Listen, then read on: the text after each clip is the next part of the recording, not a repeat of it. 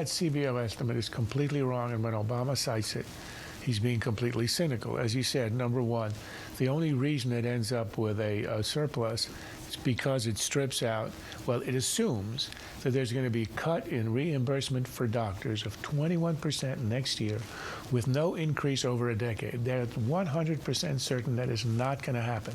But it's in the bill because there's going to be a separate provision that will strip it out.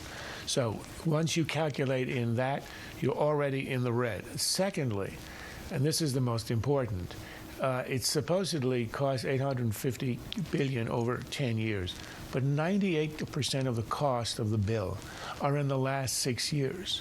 So it's a trick. If you actually look at real 10 years, you start in 2014 when the benefits kick in and you go out 10 years, then the cost is not slightly under $1 trillion. It's $1.8 trillion or $2.5 trillion, which means it will blow an enormous hole in the deficit. And everybody knows this. And when, we heard Michael Steele say earlier, he's the head of the RNC, that these numbers are cooked because the head of the CBO was brought into the White House. I wish he hadn't said that, because that's not the reason. You don't have to corrupt the CBO.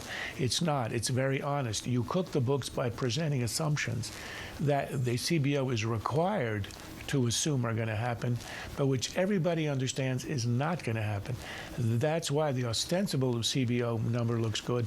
The real number is devastatingly in deficit. Starting the goodies later and the pain first to make something fit in the 10-year CBO window was not invented this year by the Democrats. I mean, it's not unlike the way the Bush tax cuts were paid for, because they stopped. They magically stop and expire. But the fact is, this is actually business as usual. This has been done for time immemorial because you have a 10-year window, and that's very convenient because you can put things outside of the window. Well, look, it's business as usual, except that it's a takeover of a sixth of the U.S. economy. It's not taxes you can raise and lower. This is changing the structure of American medicine in a way that will be irreversible. And it's all done on tricks. And that's why it's different, and that's why it's important that it not happen, although I suspect it's now going to happen, and I can't see any way it's going to be stopped. There are a lot of states who are not on the list of goodies, who are in financial trouble, who that perhaps those state officials will say, this is going to be painful.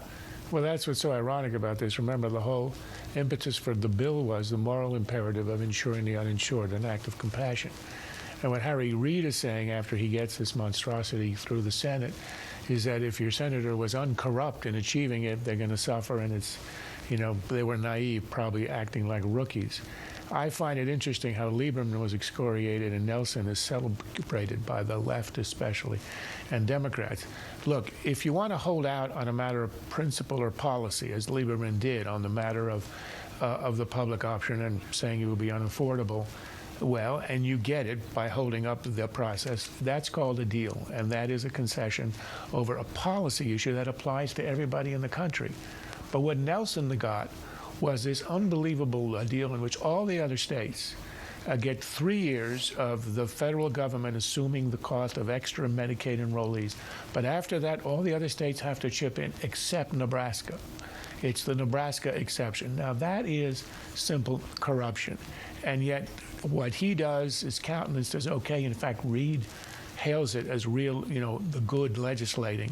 And what Lieberman did is excoriated as a betrayal. It shows you how the values of all this, which started out as a high-minded crusade on behalf of the unfortunate, has been twisted in a fairly radical way.